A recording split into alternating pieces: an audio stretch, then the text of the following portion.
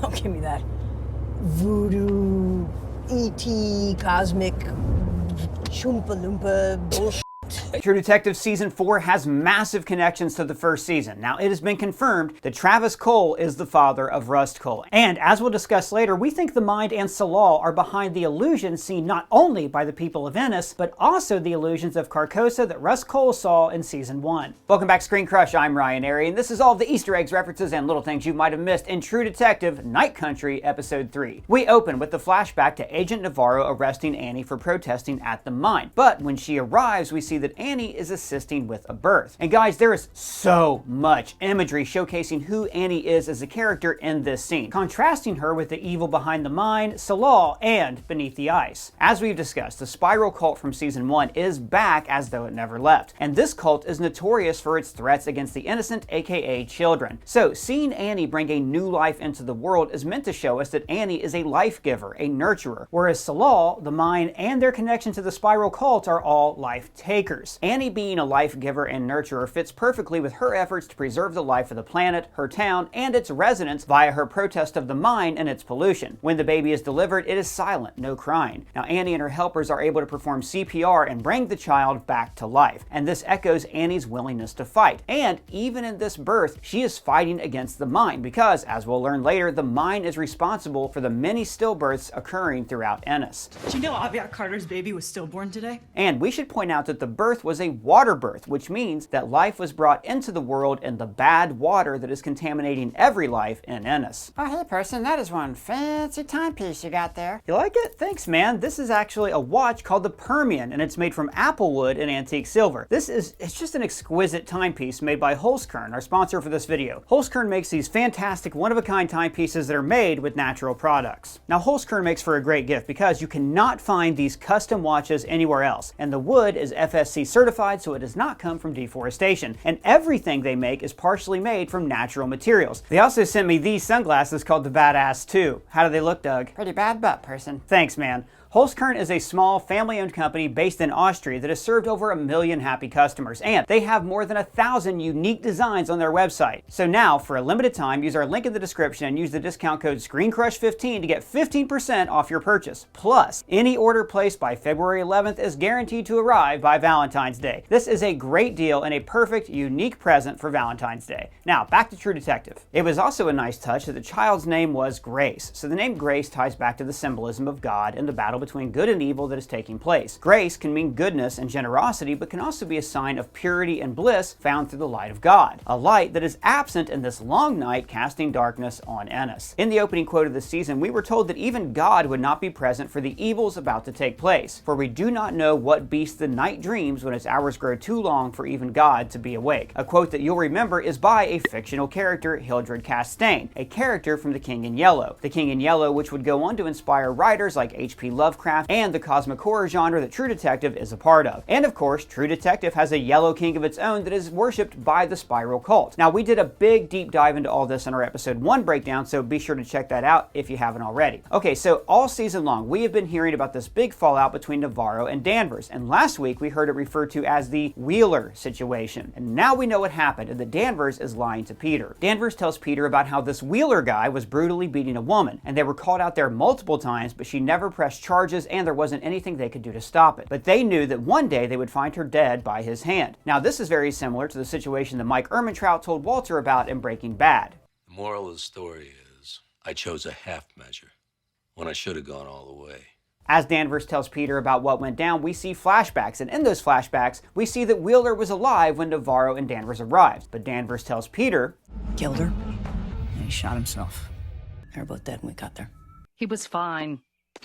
meaning that Danvers or Navarro likely killed Wheeler in a fit of rage, just like we saw Marty do in Season 1 with Reggie Ledoux. When Marty finds two children chained up in a trailer on Ledoux's place, in a fit of rage, he shoots Ledoux point blank after he'd already been cuffed. Russ then helps Marty cover his tracks and make it look like a shootout. Now, I don't know if it was Navarro or Danvers who killed Wheeler, but it's clear that one of them did, and the other one helped cover it up. This drove a wedge in the relationship between Navarro and Danvers, and is why Navarro transferred. We hear Danvers tell Peter that Navarro couldn't get over what happened. Things got nasty, and so she left. Now, in her story to Peter, she's acting like the death of the girls is what Navarro couldn't get over, but we know that she could be referring to the murder of Wheeler and the cover-up. So the question becomes, did Navarro leave because Danvers murdered Wheeler and she doesn't trust her anymore? Or did Navarro kill Wheeler and now she can't live with the guilt? We shall see. I'm personally leaning toward Navarro because, as we'll learn later in the episode, Navarro's mother was abused by her father. Dad was bad.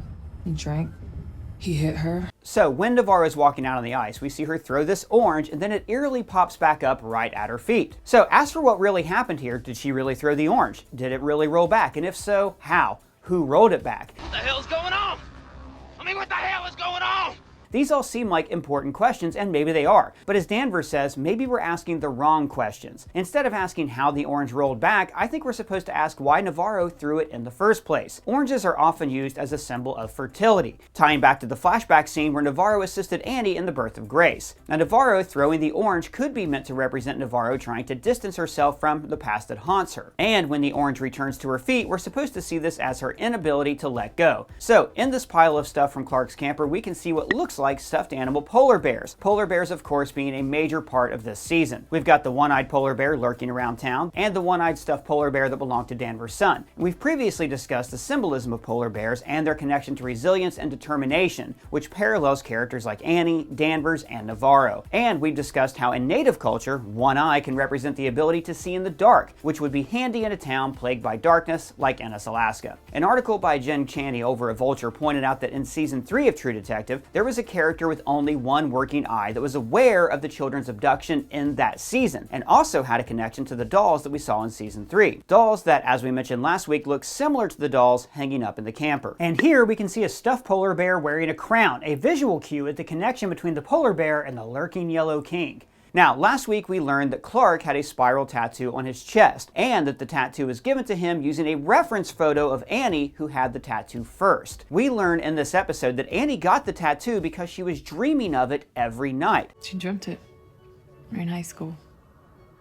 Bunch of times. Now, this could mean that Annie was abused as a child by someone in the cult and has repressed memories that are coming to her in her dreams. But it could also be a connection to the bad water in Ennis. If the spiral cult is connected to Saul and the mine, and they're responsible for the bad water, then perhaps there's something in the water that is poisoning the people of Ennis, making them not only hallucinate, but hallucinate certain things. Spirals can be found in nature, from the grand scale of a galaxy to the microscopic scale of a strand of DNA, such as the spiraling world of Carcosa forms in season 1, or the genetics the scientists are researching this season. And perhaps it's possible to trigger an evolutionary response in our brains to become ultra sensitive to the imagery of a spiral and what it can symbolize in nature and within our very genetic coding. We know that the scientists at Salal were working with genetics, so it's possible that they could have manufactured some type of substance that, when placed in the water, can alter our brain chemistry and make us sensitive to certain parts of nature connected to our evolutionary past. Take trypophobia, for example. That's the fear of small holes clustered together. It's been theorized that those who have this phobia could have it as a result of evolution. The fear could be linked to venomous snakes with dotted skin, a tarantula's eyes, poisonous plant life, or a skin infection on another human. This could have already been hinted at with Peter's son being named after the godfather of evolutionary biology, Charles Darwin. And what's another thing that spirals are meant to represent? Evolution. This would also explain why a scientist at Salal became fixated on the tattoo after consuming Ennis water. And this could explain why Rust Cole, a former resident of Ennis, Alaska, so quickly saw the spiral in the sky in this bird formation. And then again with this spiraling vision of Carcosa when he returned from Ennis, Alaska back to Louisiana to pursue Childress.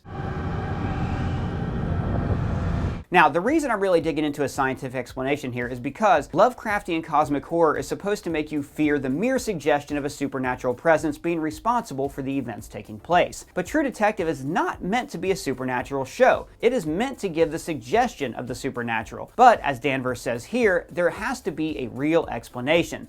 It's no magic, right? There's a real explanation for this. In this scene, we hear Danvers mock Navarro's belief in prayer. You pray? You mean like get on your knees, Our Father who art in heaven, pray? This is another callback to the theme of questioning what's real and what's supernatural, but it's also a callback to the discussion of belief in God that we heard Marty and Rust have in season 1. Some folks enjoy community, common good.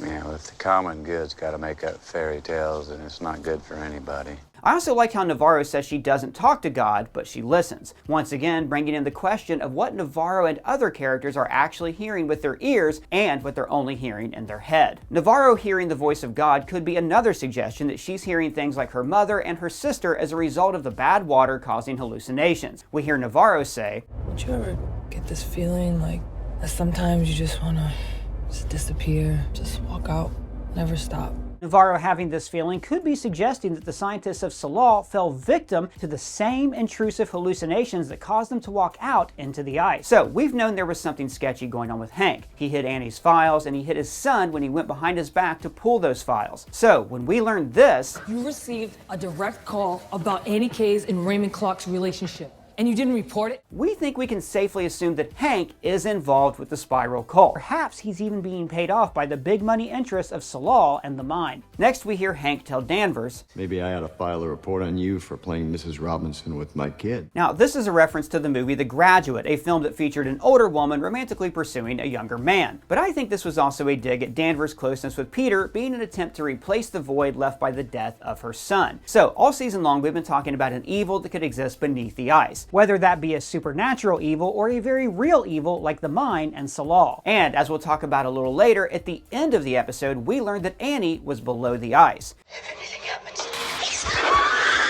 Now this was foreshadowed by this fishing scene. In pictures of Clark and Annie, we saw them holding fish, and then in this scene, we see this fish swimming beneath the ice while Navarro is seeking answers, alluding to the fact that the answers she seeks are beneath the ice. Now in this exchange, we learn that Navarro's mother was killed. She was killed. Fucker was never found.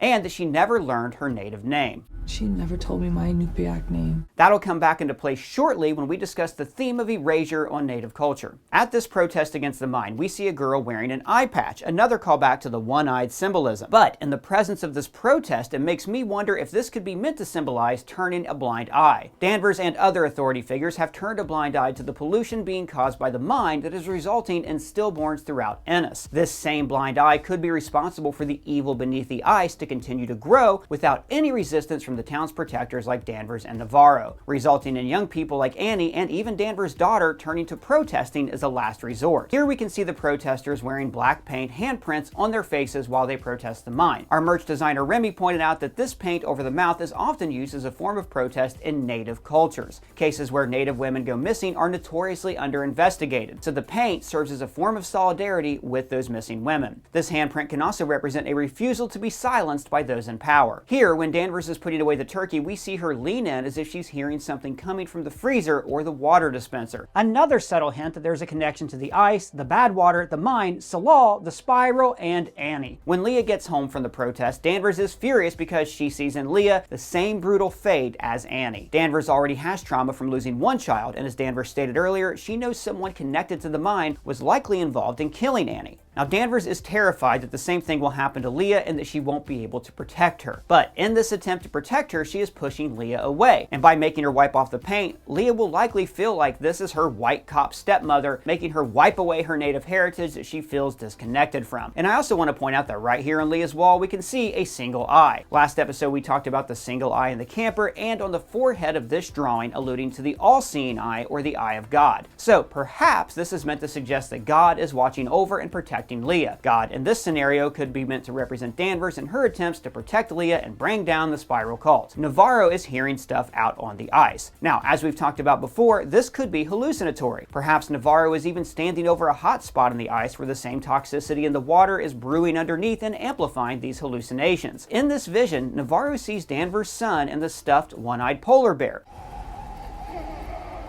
Hey! When Danvers goes to pay her respects to the family of the most recent stillborn, we see her become overwhelmed by her own complacency. She goes to the bathroom where she forces herself to literally take a look in the mirror and determine what side of this war she's going to be on. We also see her encountered with the dirty water.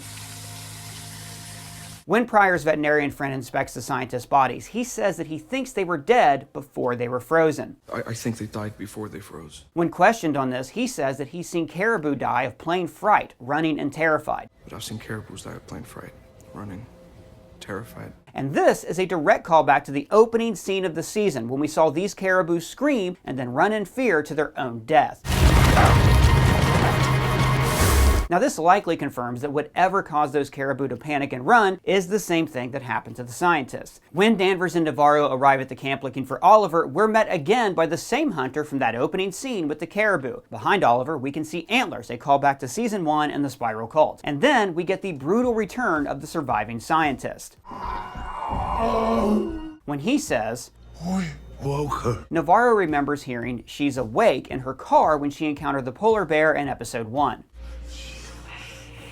He then goes on to say, "We woke her, she's out there in the ice, she came for us in the dark." So the question bears repeating, who is she? Is it Annie? And what the hell is going on that's making this guy act like he saw a ghost? I mean, maybe he really did see a ghost. Things then get even creepier when this happened.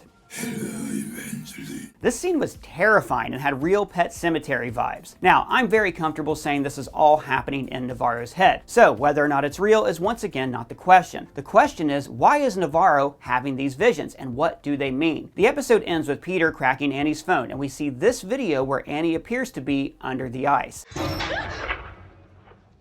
Now this looks like a cave in a mine, confirming our theory that whatever is going on and the evil that's plaguing Ennis are coming from below. And whatever that evil is, Annie found it.